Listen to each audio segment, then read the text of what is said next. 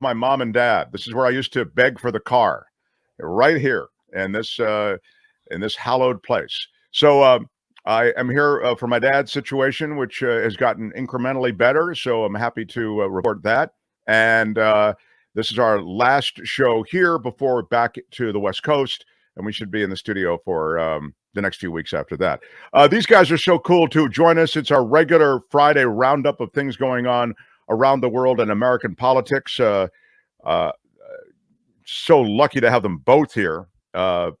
He's the former senior correspondent at ABC News, covered the White House as the White House correspondent for many years. And he's a fan favorite, I might add. Please welcome Jim Avila, everyone. And we missed you. Thank you, Kim. Thanks. Yeah. Thanks, guys. Yeah, good to have you here. And this guy has forgotten more about politics than most of us will ever know. He has covered COVID from COVID wards. He's covered immigration problems from Central America. He has covered Trump rallies from Trump land. Here he is, Michael Shure, everyone. Yes. Yeah, Michael Shure. Welcome back, Jim. Thanks. And Michael's been a frequent visitor as I've been recovering. Appreciate it. That was very nice, Michael Shure. That's and he always comes like a pastrami sandwich, which is even better.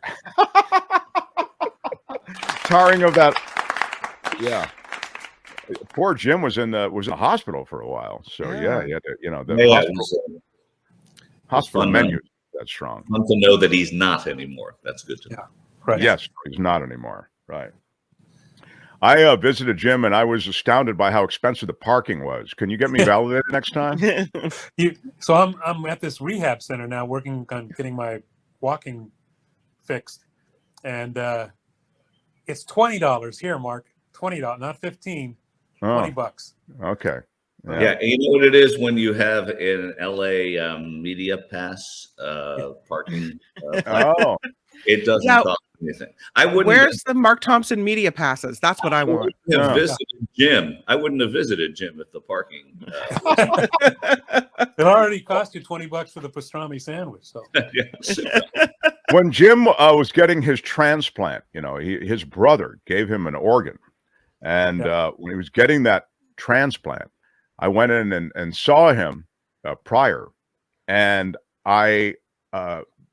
the parking situation, you park the car, you get lost, and it's this maze of stuff. And I finally get to Jim. It was like Lord of the Rings trying to find his room, all of these different things. Oh, no, you want another building. He's not in this building. He's fourth floor of the other. It's like, all right, take it down. Well, you can't go to the main floor. You got to go to the mezzanine level. That's where there's a causeway to cross. So, okay, so it really was quite complex. And when I finally got there, Jim was what? Sleeping, of course. Yeah, I'm not going to wake the guy up, So you wait, he's sleeping, and then you just turn and make your way back to the, Leave it to Mark Thompson to have a lot of complaints about going to visit somebody. I did. And left out of that story is I couldn't find the car for another hour, so I had to pay the maximum for the. There's never been anything like this. So, I sent you all kinds of pictures, and this is what you put up. Well, I sent them to Albert, but I think he kind of jumped on late or something. Albert, did you get the? I'm unable to change the picture, so I can only fix his mic settings. So I'm sorry. Okay. But Albert, you could put it up as I don't know how you. I was just giving you.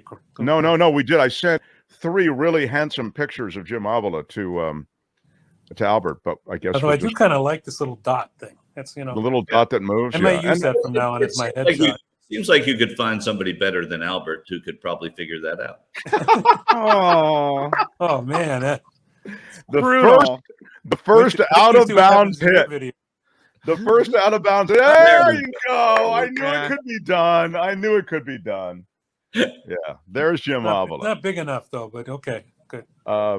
That's exactly how he looked in the hospital. Right. All right, boys.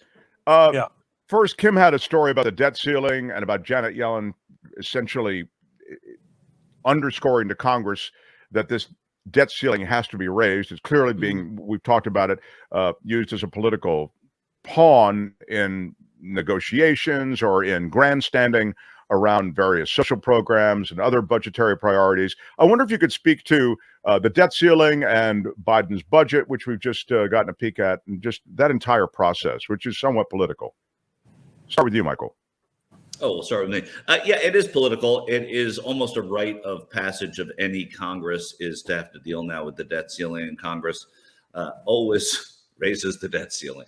It may cause, and has in the past caused, shutdowns. It is something that is used for political bargaining, but everybody knows that in order to keep the government running, and when you hear from the Fed and you hear from the Treasury that these are the things that have to happen, they usually acquiesce. But it is a powerful way of getting what you want. And right now you have the president, as you mentioned, Mark, presenting a budget to a Republican Congress that is certain not to approve it. But there is going to be some back and forth over some of the line items in that budget. And it is going to come down to the bargaining chip of the debt ceiling. The problem is that the budget can take a while. The debt ceiling has to be raised in shorter order. So I would imagine that the Senate and the White House is going to put pressure on the House in many ways to raise that debt ceiling, and getting Janet Yellen there talking about it is an important part of that. It's important to keep the government running. Everyone there knows that. Jim, how do you handicap it? Do you think they'll really allow a government shutdown in June? They might for a short period of time. Kevin McCarthy has absolutely no power over his constituency there in the House, and the power is all with the Freedom Caucus. And this type of battle is the reason why John Boehner quit, because of this kind of exactly having to deal with the Freedom Caucus, and he wanted to make a deal with Obama, and they kept undercutting him. And one of the reasons, he just got tired of it. And I think the danger here is that McCarthy has, it's not like he's not like Pelosi, who could get people in line. He's going to have trouble. But more important even than that, to me, is I think politically, Michael's right. It happens all the time. It could lead to a shutdown, of a small shutdown, a short shutdown. But eventually, if you don't have park rangers and you don't have Social Security checks coming out, and and the IRS collecting taxes, that's going to cause real problems, and they don't let that go on that long. What I really wouldn't mind talking about here, Michael, and your opinion, Mark, is this budget that Joe Biden has come out with is really profound. And it is, if you look to the actual the policies that it's doing, this is the root of the wealth system in this country. And the problem he's trying to address the problem in this country that is at the root of all these problems, and that is that inequality of people of how much money people have. And what he's trying to do is take some of that money from rich people who make more than $500,000, $400,000 a year, and pay for these programs which are in jeopardy. Programs like Medicare and Social Security. And he hasn't actually gotten to Social Security yet, but Medicare first. And also some programs that are very important. Health, child care for women who, cannot get out and work because they have to spend all their money on child care. These are things that are fundamentally important to this country. And it's a fundamental battle. We haven't seen any Republican budget yet because all they want to do is bitch and moan. But the Democratic budget that Biden has put out is a clear statement about how Democrats believe this country should be run, and that is raising taxes on the rich, people who don't pay taxes, and giving that money, or that largesse, to the people who need it. And I think it's fundamentally important to get beyond the politics and look at what we're saying here about these two parties. Yeah, it's such a good point. And Michael, I'll give it to you here in a second. I just was going to say that you can speak to the fact that what Jim's talking about in this budget is typically what is reflected in budgets that come out of presidential administrations. There's not an expectation that it will pass as such, but it does give you a sense of where the priorities are and where the goals are, as Jim says, to kind of try to take something from those who have benefited the most from society, right? The wealthiest, the corporate America that has done so very well, to feed something back into the system to address some of these issues that Jim's talking about. Go ahead, Mike. No question. I mean, Jim's spot on. And what's like, if you go like just a mile back from that, you look at what a week this has been in Biden world, in that, the president has kind of shown some of his, I would say, more moderate tendencies, and his, in talking about, or, flirting with the idea of coming down hard on immigration in ways, going against the DC City Council on crime. So taking these issues, which could be wedge issues, and coming to the center away from the progressivism that he's been touting throughout his presidency. But the hard fact here is this budget that he put forward does all those progressive things. It does go after the rich, as Bernie Sanders had said, go after Wall Street, go after all these tax breaks that they get. Make sure that you tax these people. So rather than cutting spending, which is what Republicans want to do, he wants to raise taxes on those people, as Jim said. And that is, in fact, a cookie cutter model of progressive democratic politics. So he's at once been able to embrace progressivism, but also say, look, I'm not all the way out there on that left flank. I'm with you on a lot of these issues. And that is the demeanor of somebody who's preparing to run once again for the nomination in the presidency, which it's going to make it very difficult to run against him if he is a lot of things to a lot of people. The other thing that is part of this is putting back the child tax credit, which appeals across the board to independents, to Democrats, and probably to some moderate Republicans, working Republicans, especially union Republicans who have strayed from the Democratic fold a little bit. So there's a lot in there. Again, like Jim said, this is never a done deal. It's hard. In fact, if it's anything, it's a not done deal. But it's a place to start off. And when you know where the White House is starting from, that's where you have to kind of meet a little bit later. And going back again to what Jim was saying about Kevin McCarthy, there are people that are going to stray from that Republican line and not stay with Kevin McCarthy. Maybe not on the Biden budget like this, but there are going to be some things that they do concede on. Yeah, I just want one more point on the budget, if I could. The only thing that bothers me, not the only thing, but the main thing that bothers me on the Democratic side, and certainly on the Republican side, is that we don't address any cuts at all in defense spending. Thank you so much. I was just about to say it. There's one huge that thing. That is where we spend, and we keep these huge businesses, and many of them are here in Southern California. McDonnell, I don't know if McDonnell Douglas is still around, but they have a lot of these defense companies, Raytheon and the rest, that are, look, I believe in supporting Ukraine. I do believe we should, but it has been a blank check for these defense companies, and that if they're really going to address some cuts in spending, that's where we need to go, not the social service programs where people are suffering. But that's exactly the politics of this, though, Jim, is that you go back and the Republicans go to the White House and they march up out the North Lawn and they say, well, we were inside just now and this happened. But in point of fact, what has happened here is now you can say, all right, we won't raise taxes, but we'll have to cut spending. And where we're going to cut spending is in the military. Again, it's not as cut and dried, and Democrats don't tend to do that because the military is in all 435 congressional districts, and it becomes very tricky when you're cutting, and it's going to affect your own district, even if you're the most progressive. Ilhan Omar has military in her district in Minneapolis, so there are contractors, there are National Guardsmen, there's everything. So you have to take that into account. It's not where they're going to start, but it's where they may end up having to make deals. The other thing about, and Michael is so right. I mean, you're both so right, of course. But I mean, the secret, almost parlor trick, if I can use the expression, that the military-industrial complex does is dropping a little bit in all the districts that these various legislators occupy, such that they'll get some sort of bang. I mean, if you'll pardon the expression again, political bang for that money spent in all of those districts. So everybody, from the standpoint of constituency, has action, but it really it's out of control. It's absolutely out of control. It's very difficult. It's, look, it's dreamland to think they're going to cut the military budget. I realize that.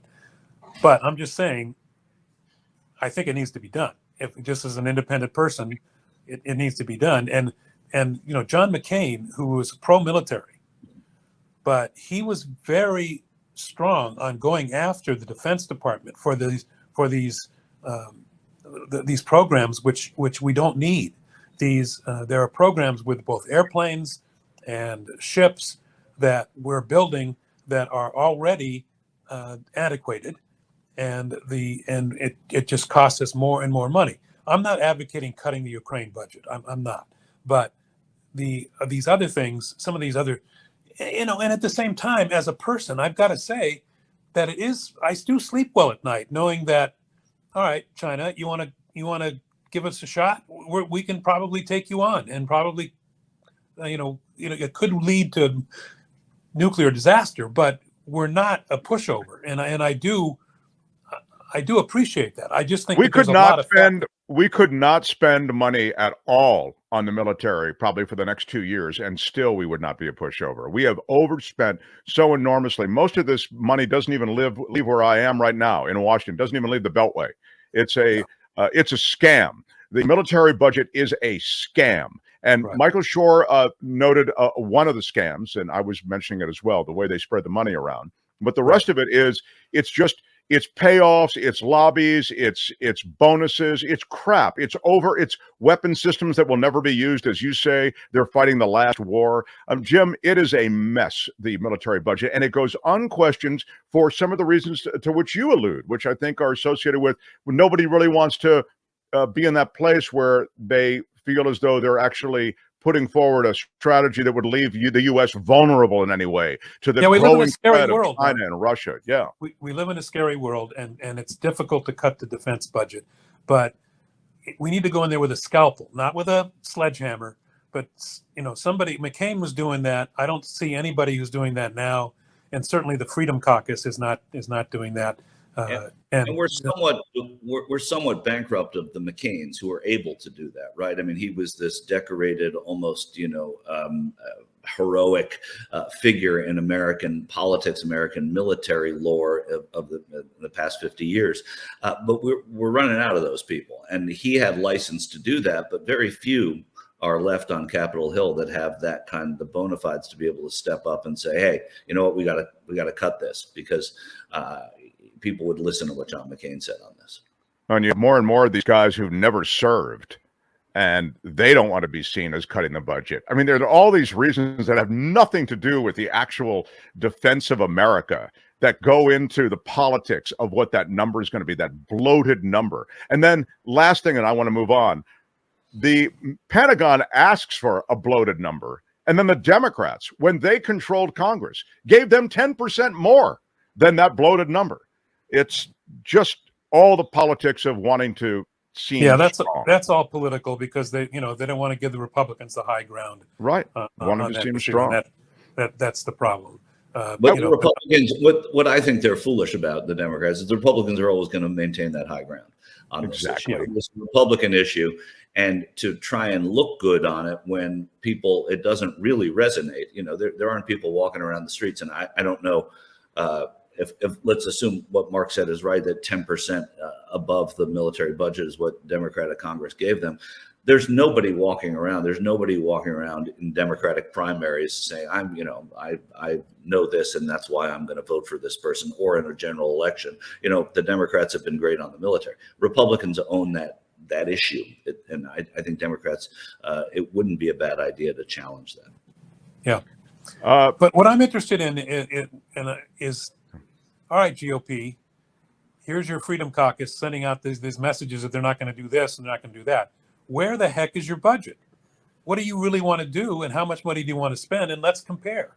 And because the Democrats and Biden have put out their budget, they've made a statement. They realize it's not going to pass in its form here in any way, but they've made a statement about what they want America to spend its money on. Let's see what the GOP has, instead of just saying no, no, no, and they won't do it. In our last couple of moments, I just wanted to ask you if you felt that Fox News channel, which is so clearly an opinion maker, which is why I think it's worth spending a moment on them. It's the same reason I thought it was important not to ignore Donald Trump after he, seemed to be viewed as irrelevant after he lost the election. He was involved in all these various legal battles, and he was kind of even losing support within his own party. He was relevant. He was and he's still obviously very relevant. But in that same spirit, on Fox News Channel, which is an opinion maker channel, I'm wondering if you feel as though this Tucker Carlson thing, where he tries to recast January 6th and essentially sanitize what happened, if that is leaving a stink of any kind on that network. I mean, you were both active in the news media world, and I'm wondering if you think America has changed to the point that people don't care and that the news is so siloed that people just, they want to be preached to because they're already in the choir, or if you feel as though this was a mistake on his part. Look, I could say it was a mistake because it seems like a mistake, but what I inferred to be a mistake over the years that Fox News has made, I've been wrong about 100% of the time. So they seem to stick to viewers. I think the worst thing that could happen to them is when Trump is starting to say it's time to pull away from Fox News. For Fox, that's the worst thing that can happen. What Tucker is saying, I don't think matters at all, especially when Lachlan Murdoch, who now seems to be running the show there, has not veered from the sort of edicts of his father, as some had thought. And the other Murdoch kid, whose name escapes me, they thought, James, they thought that perhaps if he had been running the show more, that it would have veered and they would have gone in a different direction. But it seems like business as usual. If I predict that this will hurt them badly or Tucker will lose his show, it's a losing proposition because I'm always wrong about it, because what matters to them is not what matters to me and to most people. I think that Fox News has been damaged by the combination of the Tucker Carlson quote unquote documentary and these emails that have been released because of the Dominion lawsuit. I think that combination has damaged Fox. They're going to continue to have their 25 to 30%, which is enough to keep them going. And really what they've depended upon all along. Their audience has not been split by these other up-and-comers. Fox has remained dominant. Now, the up-and-comers might gain a little bit now, but we're already seeing that. No. Sorry, I have somebody coming in. You want to just put that over there? Okay. I apologize. What Fox is, ma'am, I'm on the phone. Okay? No. Sorry, it's on their schedule, not mine. No problem. So anyway, I think that Fox has been even more damaged among independents, which is the key in elections. And as we saw in the 2020 midterms and with the election of Joe Biden, this continues to be a problem for Fox to appeal to anybody outside their bubble. And this damages them even more so among the independents, who now see that not only are they liars, they're so duplicitous that Tucker Carlson will go on television and praise Trump in public, and at the same time tell his producer how much he hates the guy. And that is, I think that's more damaging even than what we're seeing in the what we're seeing as far as his show. They're not even reporting the Dominion lawsuit. It's interesting, like the tree has fallen and no one is there. It is. But some of the Republicans, it's interesting. Some of the middle of the road Republicans who would never criticize either Trump or certainly Tucker Carlson have come out and said, guys like Lindsey Graham, guys like Mitch McConnell. How about Mike Pence? There was a January 6th riot, and this is BS. Mike Pence won't use the word bullshit. Yeah. Mike Pence won't criticize him, Jim. I mean, that it won't they were chanting "Hang Mike Pence." Mike Pence, he's running against him, and he won't criticize him, right? I mean, he's going to be running for president, won't criticize him, and they said "Hang Mike Pence." Ma'am, I'm on the phone. All together, ma'am, where I'm on the phone. Yeah.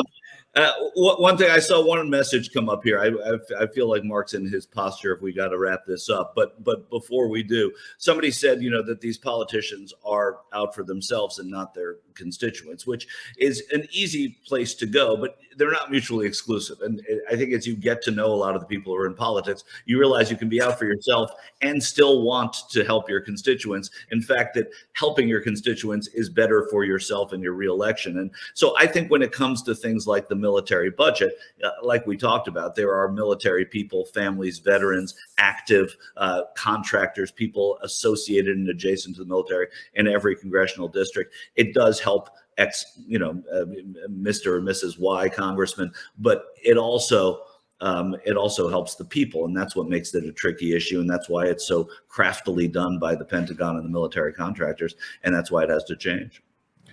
Guys, thank you so much for joining us. I'd love to dip into what's happened between Saudi Arabia and Iran, believe it or not, next week. So maybe we take a little international tour. I know both of you have done reporting internationally, and I'd love to talk about the effects on so many things. They seem to be on opposite sides of so many different issues and conflicts in that region. It's interesting to see any kind of rapprochement at all between those two parties. But anyway, thank you so much for weighing in. I know that, Jim, you just got, out of rehab and all this other stuff, not physical rehab, not...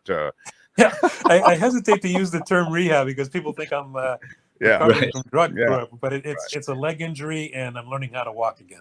Yeah, very, very good. But it's great that you made time to join us today. And Michael, so appreciate you always. Thank you. Michael Shure and Jim Avila, everyone. Have a good weekend, boys. Talk next Friday. Thanks a lot. Yeah. Hi, it's Mark, and I thought that was great. Hit the notification bell. You'll know whenever there's a new video being dropped. And please subscribe to our channel to help us save the universe.